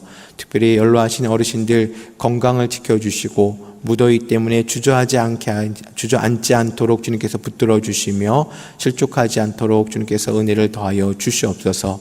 수술을 앞두고 있는 분들, 수술 이후에 회복하시고 있는 분들, 또 큰 질병으로 주님을 온전히 바라보고 주님 앞에 엎드려 있는 분들 참 많이 계십니다. 하나님 치료의 강선을 바라셔서 하나님 그 모든 은혜 가운데 회복하게 하여 주시고 무더위를 잘 이겨 이 예배당에 나올 수 있는 그 간절한 소망을 이루고 하나님께 영광 돌리고 감사의 고백이 멈추지 않는 우리 사랑하는 성도님들의 삶의 자리가 될 수 있도록 주님 역사하여 주시옵소서. 오늘 하루도 만나는 사람들 또 겪게 되는 모든 상황들 가운데 하나님의 부르심이 있음을 기억하며 늘 최선을 다하고 겸손하고 낮은 모습으로 다가가는 우리의 삶이 되게 하여 주시고 우리의 이런 작은 몸짓을 통하여 하나님의 나라가 더욱더 견고해지고 많은 사람들이 하나님을 뵙고 알고 깨닫고 또 하나님을 만나는 은혜의 통로, 축복의 통로가 될 수 있도록 주님 저희를 사용하여 주시옵소서. 모든 걸 주님께 의탁드리고 감사드리며 이 모든 말씀 예수님의 이름으로 기도드립니다. 아멘.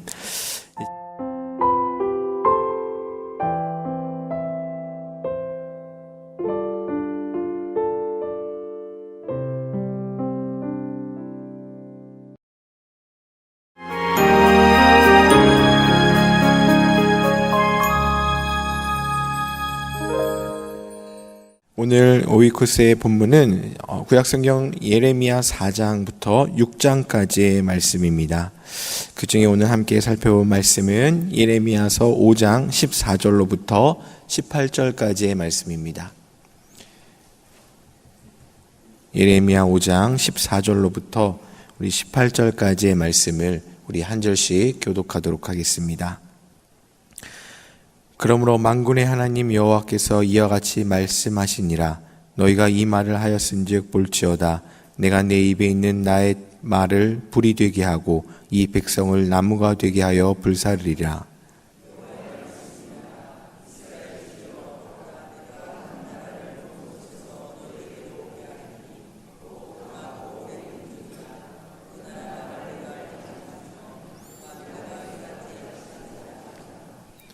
그 화살통은 열린 무덤이요 그 사람들은 다 용사라.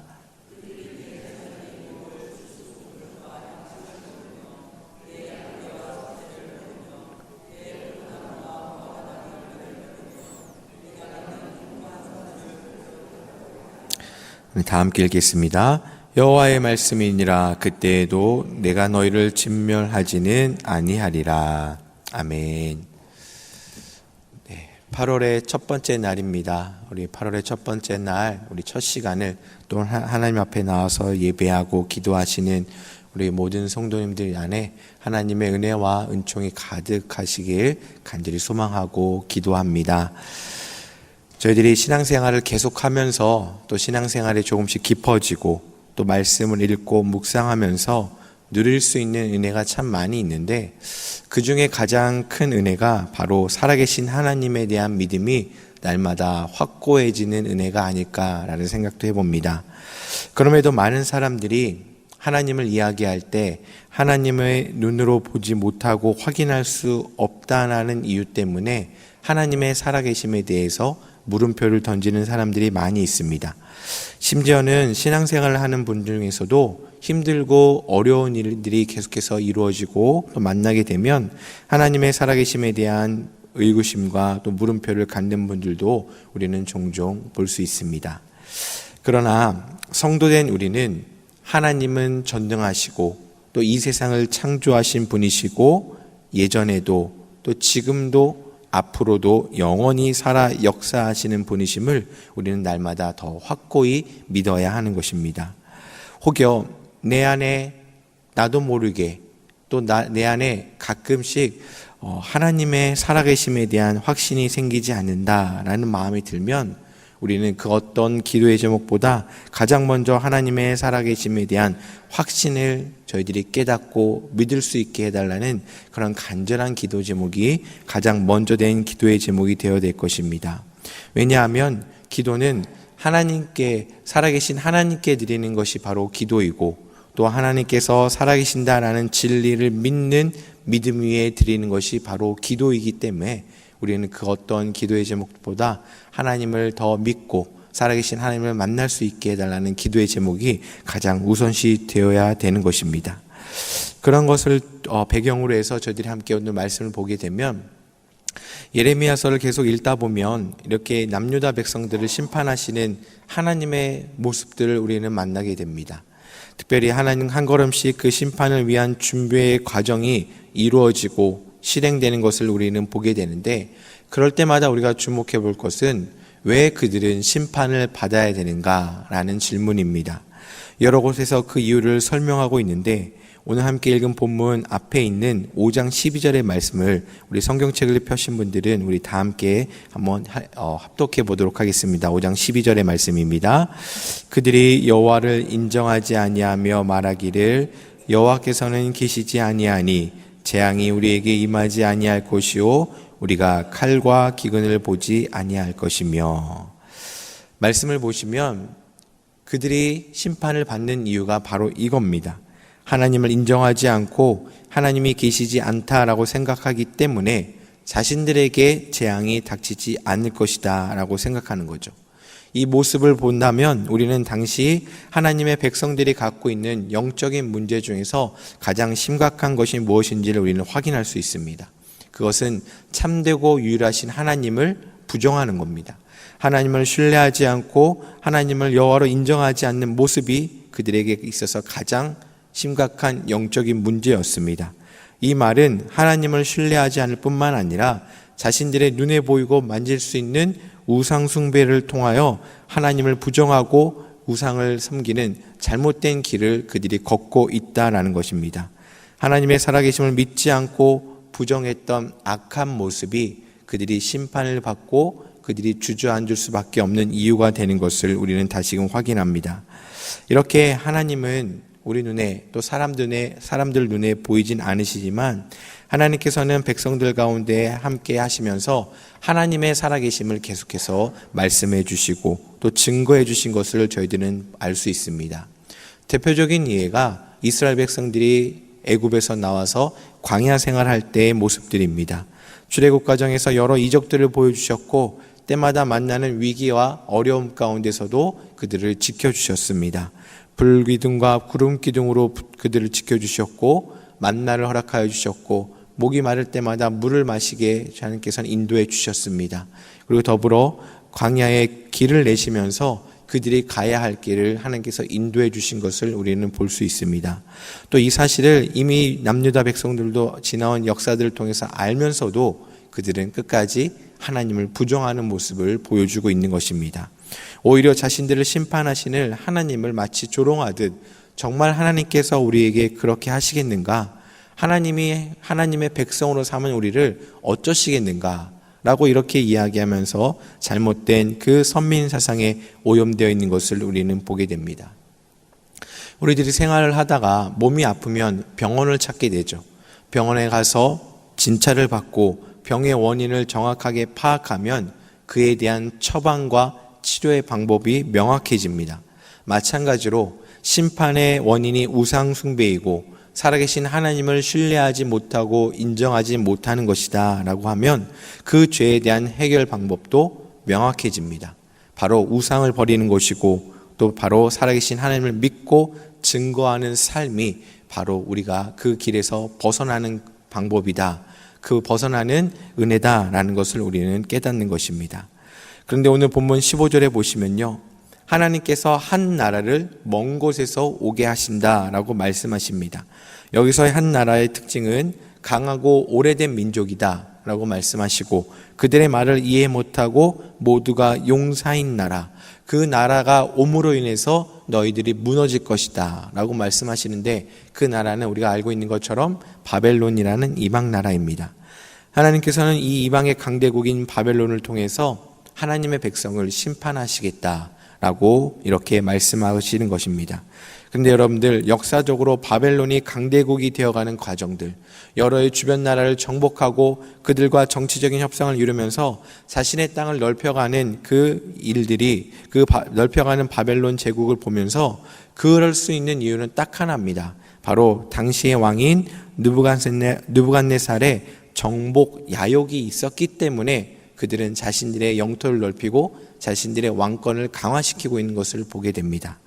그 이방 왕이 내가 하나님의 도구가 되어서 기쁘다, 하나님이 나를 통해서 일하실 것이기 때문에 내가 영토를 확장하고 저 남유다의 백성을 멸망시키려 쳐들어온 것이 아니라 자신의 인간의 욕심에 충실하여서 주변 나라를 점령하고 자기 나라와 왕권을 넓혀가는 영토 전쟁을 벌인 것이 바로 그들의 모습인 것입니다. 그런데 하나님께서는요, 오늘 말씀에 내가 한 나라를 너희에게 보내겠다라고 이렇게 말씀하시고 계시는 것입니다.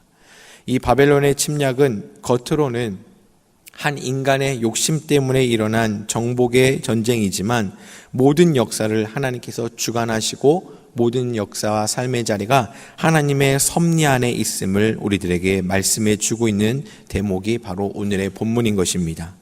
이것이 바로 하나님의 능력입니다.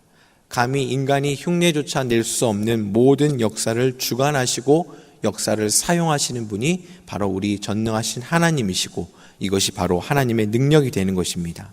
그 좋은 예가 바로 요셉의 고백 아니겠습니까? 창세기 50장 20절에 보시면 그 형제들에게 당신들은 나를 해하려 하였지만 하나님께서 이 모든 것을 선으로 바꿔주셨고 오히려 많은 백성의 생명을 구원하게 하셨다라는 그 요셉의 고백을 우리는 잘 기억하고 있습니다. 형제들이 오래전에 지금의 이 순간을 미리 예견하여서 자신의 동생을 노예로 팔아버린 것이 아니라 자신들의 안 좋은 감정들, 자신들의 미움과 증오로 인해서 포악한 죄를 저질렀지만 하나님께서는 오히려 그것을 선하게 사용하셨다라는 고백처럼 하나님께서는요, 우리의 모든 상황과 우리의 모든 길을 통하여 하나님의 뜻에 따라 우리를 사용하시는 분이 바로 하나님이시다라는 사실을 우리는 깨달아야 할 것입니다. 하나님을 믿지 못하는 사람들은 지나온 역사의 일들이 인간의 뜻에 의해서 이루어졌다, 또 이해하지 못하는 것은 우연히 진행되었다라고 이렇게 이야기하지만 성경은 세상의 모든 일들을 창조주 하나님의 섭리 안에 있다라고 말씀하고 있습니다. 그 하나님의 섭리 안에 우리가 살아가고 있는 것이고 우리는 하나님의 살아계심을 증거하며 하루하루 살아갈 수가 있다라는 것입니다. 이 사실, 이 진리를 믿는다면 우리에게 허락된 작은 삶의 그 자리일지라도 우리는 소홀히 할 수 없다라는 것입니다. 우리가 주님의 섭리 아래 있고 우리가 그것을 믿고 성실하게 임할 때 우리의 작은 움직임을 통하여 살아계신 하나님을 더욱더 확고히 믿고 증거하는 삶을 살아갈 수가 있는 것입니다. 때로는 감당해야 되는 일들이 버겁고 고단하고 아픔도 있고 또 반대로 즐거움과 기쁨도 있겠지만 이 모든 삶은 하나님께서 일하시고 역사하시는 삶의 현장이 되는 것입니다. 내가 그 현장 안에 우리가 살아가고 있고 그 현장 안에 내가 함께하고 있음에 우리는 감사하며 살아갈 뿐만 아니라 그 안에서 하나님의 뜻이 무엇인지를 분별하고 묻고 그러한 영적인 수고를 감당해 나갈 때 우리는 살아계신 하나님을 향한 신뢰와 믿음이 더욱더 확고해질 것이고 증거하는 삶을 살아갈 수가 있는 것입니다. 사랑하는 성도 여러분, 저희들이 매일 새벽마다 나와서 하나님께 기도할 때, 개인 기도를 드릴 때마다 많은 기도의 제목들이 구하고 요청하는 기도가 대부분을 이루는 것을 우리는 보게 됩니다. 그러한 기도도 우리들이 하겠지만 특별히 오늘은 이후에 기도하실 때 이런 기도를 드렸으면 좋겠습니다. 하나님, 오늘 하루의 삶을 제가 어떻게 살아가기를 하나님께서는 원하고 계십니까? 하나님께서 역사하시고 하나님께서 주관하시는 이 삶의 현장 가운데 저희들을 참여시켜 주셨는데 하나님, 저희들이 오늘 하루 어떻게 살아가면 좋겠습니까? 하나님의 뜻이 무엇입니까? 라는 그런 묻는 기도를 통해서 하나님의 뜻을 좀 더 알아가고 하나님께서 주신 그 마음과 또 하나님께서 주신 그 응답을 통하여 하나님께서 원하시는 삶, 하나님께서 역사하시는 삶을 살아갈 때 주님은 저희를 통해 더 큰 일을 행하실 것을 믿음으로 바라보시면서 그 은혜에 우리가 모두 함께 참여하였으면 좋겠습니다. 작은 것도 또 부족한 것도 연약한 것도 때로는 웅장한 것도 다 하나님께서 사용하시는 것이기에 그 일에 참여하는 그 기쁨을 마음껏 누리시는 우리 사랑하는 영락교회 모든 성도님들 되시길 주님의 이름으로 간절히 축복합니다. 함께 기도하겠습니다. 모든 역사를 주관하시는 하나님 아버지, 오늘도 저희들의 삶의 현장에 주님께서 주인이 되어주시고 하나님의 주권 아래 저희를 사용하여 주시니 너무나도 감사드립니다. 하나님, 연약하고 부족하고 또 모자란 것이 많은 저희들이지만 하나님의 역사하심에 저희를 불러주셨고 초대해 주셨사오니 오늘 하루 하나님께서 원하시는 삶이 무엇인지를 묻고 그 응답에 순종하며 나아가는 우리의 삶이 될 수 있도록 도와주시옵소서. 고단함도 아픔도 또 즐거움도 기쁨도 다 주님의 섭리 아래 있음을 저희들이 믿고 주님께 감사드립니다. 하나님, 저희들을 실족하지 않게 하여 주시옵시고 멈추지 않게 하여 주시옵시고 세상의 유혹에 넘어지지 않도록 저희를 붙들어 주시며 작은 일에조차 응답하시고 또 그것을 통해 선하게 역사하시는 주님을 믿고 의지하며 오늘 하루 하나님께서 말씀해 주신 대로 또 하나님께서 인도해 주신 대로 믿음으로 나아가는 우리의 삶이 되게 하여 주시옵소서. 그리하여 우리의 삶을 통하여 살아계신 하나님이 더 증거되게 하여 주시고 살아계신 하나님을 많은 사람들이 만날 수 있게 하여 주시옵시고 살아계신 하나님이 이 나라와 이 열방 가운데 온전히 역사할 수 있는 그런 귀한 주님의 도구가 되는데 저희들 기쁨으로 참여할 수 있도록 인도하여 주시옵소서. 8월의 첫 번째 날입니다. 하나님, 계속되고 있는 무더위 예보 속에 저희 사랑하는 성도님들 영과 육을 더욱더 강건하게 지켜주시옵소서. 특별히 삶의 자리, 일터의 자리를 지켜주시고 또 뜨거운 태양 아래에서 일을 하고 또 생활하시는 우리 성도님들 많이 계시는데 하나님, 지치지 않도록 도와주시옵시고 넘어지지 않게 하여 주시고 무더위 때문에 어려움 당하지 않도록 주님께서 은혜를 더하여 주시옵소서. 우리 사랑하는 성도님들의 개인의 기도 제목들 주님 앞에 기도하고 올려드릴 때 응답하여 주시고 그 기도의 제목들을 통하여 역사하시는 하나님을 온전히 선포하고 고백하는 우리 믿음의 성도들 될 수 있도록 주님 역사하여 주시옵소서. 하나님을 알지 못하는 자들이 하나님이 어디 있느냐라고 말씀할 때 하나님, 저희들 당황하지 않게 하시고 우리의 삶의 모습이 하나님을 증거하는 온전한 주님의 도구가 될 수 있도록 저를 사용하여 주시옵소서. 오늘도 하나님께서 함께 해주실 걸 믿사오며 이 모든 말씀 예수님의 이름으로 기도드립니다. 아멘.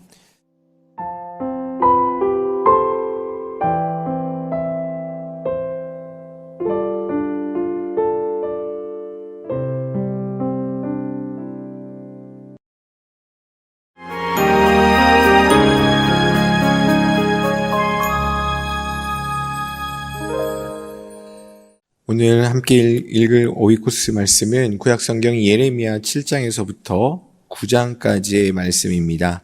그 중에 저희들이 함께 나눌 말씀은 예레미야서 8장 18절로부터 22절까지의 말씀입니다. 예레미야 8장 18절로부터 22절까지의 말씀을 우리 한 절씩 교독하도록 하겠습니다. 슬프다 나의 근심이여 어떻게 위로를 받을 수 있을까? 내 마음이 병들었도다.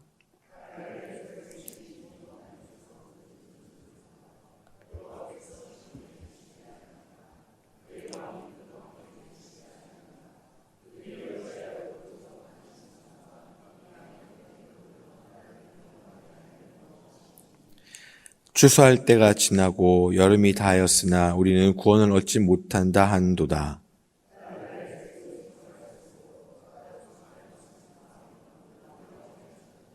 함께 읽겠습니다. 길라셋은 유향에 있지 아니한가? 그곳에는 의사가 있지 아니한가? 딸 내 백성이 치료를 받지 못함은 어찌 됨인고. 아멘. 계속해서 무더위가 계속되고 있습니다. 우리 사랑하는 성도님들, 또 오늘 하루도 또 이 무더위 가운데서도 또 건강하고 또 주님 은혜 가운데 오늘 하루를 잘 보내시는 그런 귀하고 복된 하루의 삶이 되시길 간절히 소망합니다.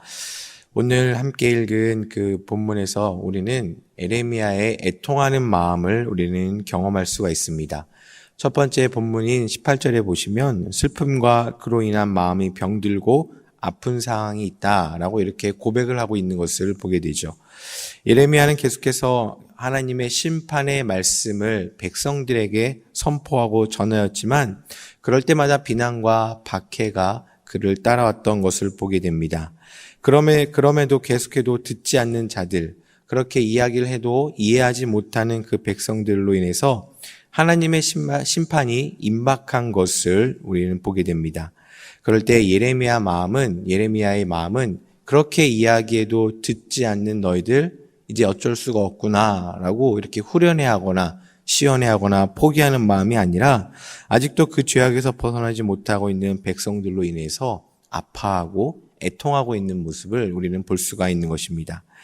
그들에게 다가오는 심판의 결과가 너무 무섭고 두려운 것이기 때문에 그것을 알았던 예레미야는 그 고통 가운데 들어서게 되는 그 백성들에 대한 아픔을 고스란히 공감하고 있는 것을 우리는 보게 되는 거죠. 더 나아가서 예레미야는 한 발짝 뒤로 물러서서 너희들이 힘들겠구나 라는 그런 고통을 공감하는 것을 넘어 고통받아야 하는 백성들과 자신을 동일시합니다. 그로 인해서 하나님의 심판으로 인해서 겪게 되는 그 슬픔을 토로하고 있는 모습을 우리는 예레미야 곳곳에서 볼 수 있습니다.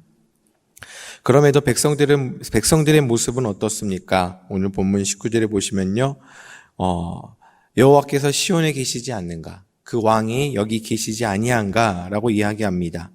그들은 우리가 살고 있는 예루살렘, 즉 시온이라고 하는 곳에 시온의 왕이 계시는데 이곳이 망한다? 이곳이 멸망한다? 그들은 도무지 이해를 하지 못하고 있는 것을 보게 됩니다. 시온을 지키는 시온의 왕이 있는데 그 왕이 있음에도 불구하고 설마 여기가 망하겠는가? 혹여 어려움이 찾아오면 그 왕이 이곳을 구해주지 않겠는가? 라고 그들은 이렇게 생각하고 있었다라는 겁니다. 예루살렘의 성전의 건물을 마치 마지막 구원의 보루로 생각하고 있는 자들에게 하나님은 그 시온의 보호자다라는 의미에서 그런 의미에서만 왕으로 여겨졌을 뿐이다라는 겁니다. 그 이상도 아니었다라는 거죠. 그렇게 단지 자신들의 신념, 자신들의 생각, 자신들의 기대와 필요에 따라서 움직이는 여러 신들 중에 하나로 하나님을 그들은 생각했고 하나님을 그 신들 중에 하나로만 여겼다라는 것을 우리는 보게 됩니다. 그렇기 때문에 지키는 자가 있는데 그것이 멸망한다는 건 있을 수 없는 것이고 멸망하지 않는다라는 것이 너무 당연한 것이다라고 생각하고 있었다라는 겁니다. 하지만 현실은 어떻습니까? 모든 것이 무너져 내린 것을 저희들은 알 수 있습니다. 사람들은 살면서 내가 당연하다라고 여겨지는 것이 어긋나거나 또 그것이 무너지게 되면 너무나도 당황하는 경우들을 우리는 보게 됩니다. 마치 지금 남유다 백성들이 그렇게 당황하는 모습들, 그런 상황을 맞이하는 것처럼 우리들은 일상에서 그런 당황스러운 일들을 종종 겪게 되는 것을 보게 됩니다. 제가 영락교회에 부임하기 전에 한 2달 조금 안 못되게 저희 가족들과 아프리카에 단기 선교를 간 적이 있습니다. 그곳에서 만난 선교사님의 이야기인데요. 어느 한 좀 마을 입구에 조금 높은 지형, 마을을 좀 내다볼 수 있는 조금 올라간 지형에다가 교회를 짓고 또 거주할 집을 짓고 모여서 예배하고 또 교육할 수 있는 그런 공간들을 하나씩 지으면서 그 마을 입구에서부터 그 마을을 향하여 기도도 하고 또 그것들을 선교하는 모습들을 저희들이 보고 함께 참여하고 왔습니다. 어린아이들에게는 유치원 교육을 그 선교사님이 하셨고 또 학교, 초중고를 다녀야 되는 학생들에게는 학교를 가야 된다라는 것에 대해 이야기를 했고 또 청년이나 어른이 되어서 아무것도 하지 않고 그냥 집에 있는 사람들을 불러다가 교육을 하는 일들을 중점적으로 하셨습니다. 여러 가지 교육들을 하는 것 중에서 기억에 나는 것이 있는데 이들에게 교육시키는 저희들이 아는 것처럼 영어를 가르치고 또 무언가 지식적인 것들을 가르치는 부분도 있었겠지만 그거보다는 가장 기본적인 것들을 가르쳐주는 것을 보게 되었습니다. 위생적인 것도 가르쳐주고요. 누군가를 존중해야 되는 것도 가르쳐주고 이런 사람으로서의 당연한 도리를 가르쳐주는 것들이 참 많았었는데 그중에 기억나는 것이 바로 이겁니다. 사람들이 땀 흘려서 일하고 그에 대한 노동의 대가를 받는 것이 너무너무 당연하다라는 것을 그들에게 계속해서 알려주고 교육시켜주시고 또 일할 수 있는 기회들을 계속해서 제공해주고 연결해주는 것을 보게 되었습니다. 2가지 큰 이유가 있을 텐데 첫 번째 이유는 그겁니다. 그 나라가 너무너무 가난하니까 세계의 모든 NGO 단체들이 그 나라에 있었던 겁니다. 그래서 모든 NGO 단체들이 구호 활동을 하다 보니 이 나라 사람들이 밖에 나가서 조금만 손을 내밀어도 어렵지 않게 자신들의 기본적인 생활을 감당할 수 있었기 때문에 그들은 일하는 것에 대해서 또 일을 하고 땀 흘려 그 대가를 받는 것이 그들에게는 너무나도 낯설었다라는 겁니다. 또 하나 그들 안에 있었던 인식은 이런 겁니다. 다른 누군가가 좀 많이 가졌으면 그것을 가져가서 그것을 빼앗거나 가져와도 된다라는 인식이 그들에게 있었다라는 거죠. 예를 들면 저에게는 한 가지 하나도 없고 옆에 있는 사람이 그걸 2개를 갖고 있다. 당신 2개가 있으니 많이 있으니까 이거 하나 내가 가져갈게 라는 거죠. 그걸 가져가려는 사람과 빼앗기지 않는 사람들 간에 갈등도 일어나고 설전도 일어나다 보면 그거 무언가를 하나 쟁취하기 위해서 사람들이 망가지고 마음도 다치고 또 몸도 다치는 그런 해야 하는 일들이 자주 일어나는 경우들도 있었습니다.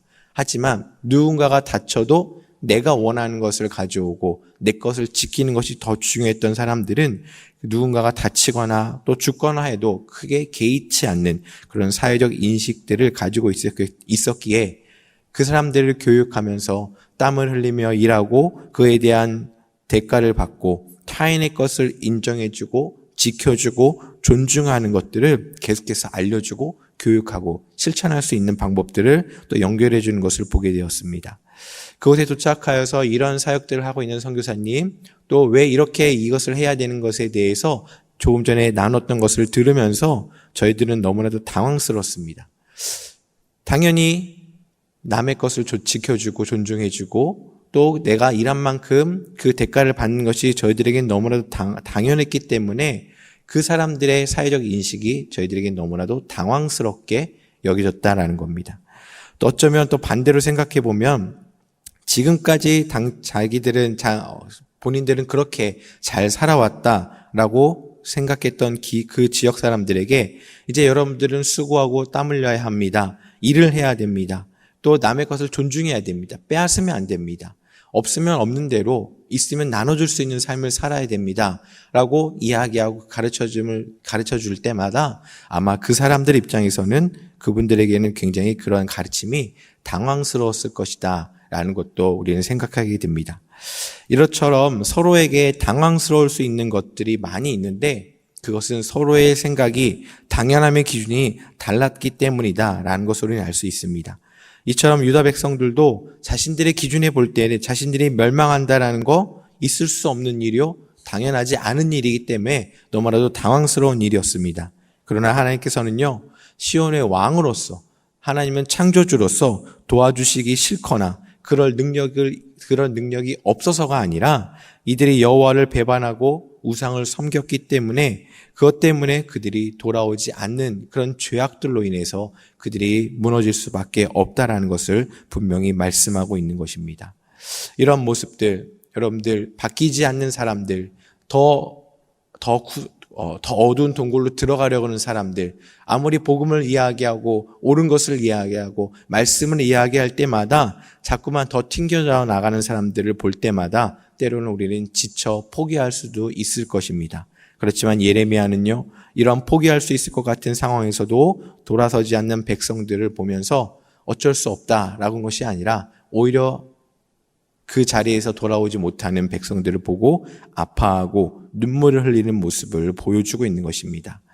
사랑하는 성도 여러분, 우리도 이렇게 아픔과 슬픔의 현장을 결코 외면해서는 안 된다는 겁니다. 나와 상관이 없는 것으로 여기고 나에게 아무런 피해가 없는 것이기 때문에 그저 지나가는 한 장면으로만 보는 것이 아니라 그 모습을 바라보는 하나님의 마음이 어떠실까를 우리들은 좀 더 고민해야 된다는 거죠. 아파하고 누군가를 해할 수밖에 없는 그 현실 속에 사는 사람들, 또 성경을 잘못 왜곡하고 자신의 문화로만 포장하고 있는 아직 하나님을 알지 못하고 그러한 죄악 가운데 있는 사람들, 하나님이 그들을 향한 하나님의 마음이 무엇일까라는 것을 저희들이 묵상하고 또 기도하는 중에 깨닫는다면 그 아픔과 애통함을 갖고 우리는 공감할 수 있는 성도의 삶이 되어야 한다라는 것입니다. 삶 속에서는 기쁘고 즐거운 일도 있지만 반대로 아프고 애통해야 하는 일도 많이 있습니다.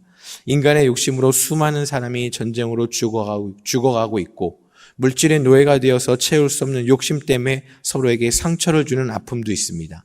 나의 유익과 나의 감정만이 먼저이고 중요한 채 타인의 궁핍함을 외면하고 오히려 비난하고 있는 슬픔의 현실도 우리는 보게 됩니다. 하나님의 영광을 이야기하면서 자신의 명예만을 외치는 무지한 사람들도 보게 되고요. 하나님의 창조 질서가 무너지고 심지어 거룩한 혼인의 언약이 무너지는 그런 현실들도 우리는 보게 됩니다. 우리는 함께 애통하고 아파하는 삶, 그러한 삶이 이 시대에 살아가는, 성도로 살아가는 우리들에게 하나님께서 요청하고 있는 것이 바로 우리 성도의 삶이다라는 것을 우리는 보게 됩니다. 지금 파리에서 올림픽을 하고 있는데 얼마 전에 큰 이슈가 된 거 있지 않습니까? 그런 예수님을 모욕했던 그러한 공연들, 그런 문화적인 것들을, 문화라는 이름으로 포장한 것들을 보면서 그랬나 보다라고 그냥 넘겨질 것이 아니라 그것을 알지 못하는 무지한 자들, 그곳에 빠져있는 사람들을 애통해하고 그 모습들을 보면서 슬퍼하고 있는 우리 하나님을 우리는 다시금 기억해야 된다는 것입니다. 사랑하는 성도 여러분, 오늘 말씀의 제목이 성도의 무게입니다. 성도로서 묵직한 중심의 무게가 되어서 물줄기를 바꾸는 그런 우직한 바위와 같은 삶을 사는 것도 우리들에게 필요하겠지만 또한 예레미야처럼 공감하고 아파하고 애통함으로 눈물 흘리는 삶이 결코 쉬운 삶이 아님을 알기에 저에게는 때로는 무거운 무게로 다가올 수도 있을 것입니다. 그럼에도 저희들에게 계속해서 보여주시는 이유, 그럼에도 저희들에게 계속 말씀해 주시는 이유는 그 상황을 외면하지 말고 함께 마음을 열어 하나님의 마음을 공감하고 하나님의 마음으로 살펴볼 것을 저희들에게 요청해 주고 계신 것입니다. 우리들은 성도입니다. 성도로 누릴 수 있는 특권이 분명히 있지만 성도로서 감당해야 하는 책임도 있음을 기억하시면서 오늘 하루 하나님께서 들려주시고 보여주시는 모든 삶의 현장의 작은 것부터 하나님의 마음이 무엇인지를 묻고 또 그것에 응답을 받고 또 하나님의 마음으로 다가가고 하나님의 마음으로 위로하고 함께 기뻐하고 슬퍼하고 애통하는 삶을 살아가는 우리 사랑하는 영락교회 모든 성도님들 되시길 주님의 이름으로 간절히 소망합니다. 함께 기도하겠습니다.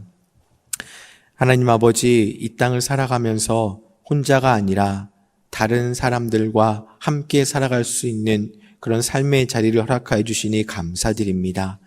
그 안에는 하나님을 경외하는 사람들도 있지만 하나님을 비난하는 사람들도 있고 하나님을 모른 채 살아가는 사람들도 참 많이 있습니다.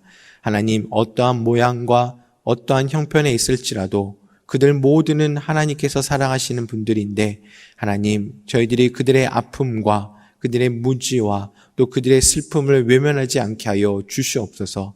고통 가운데 있는 이웃들을 돌아보기를 주저하지 않는 우리의 삶이 되게 하여 주시고 성도로서 누릴 수 있는 특권을 뿐만 아니라 감당해야 될 책임을 소홀히 하지 않는 우리의 삶이 되게 하여 주시옵소서.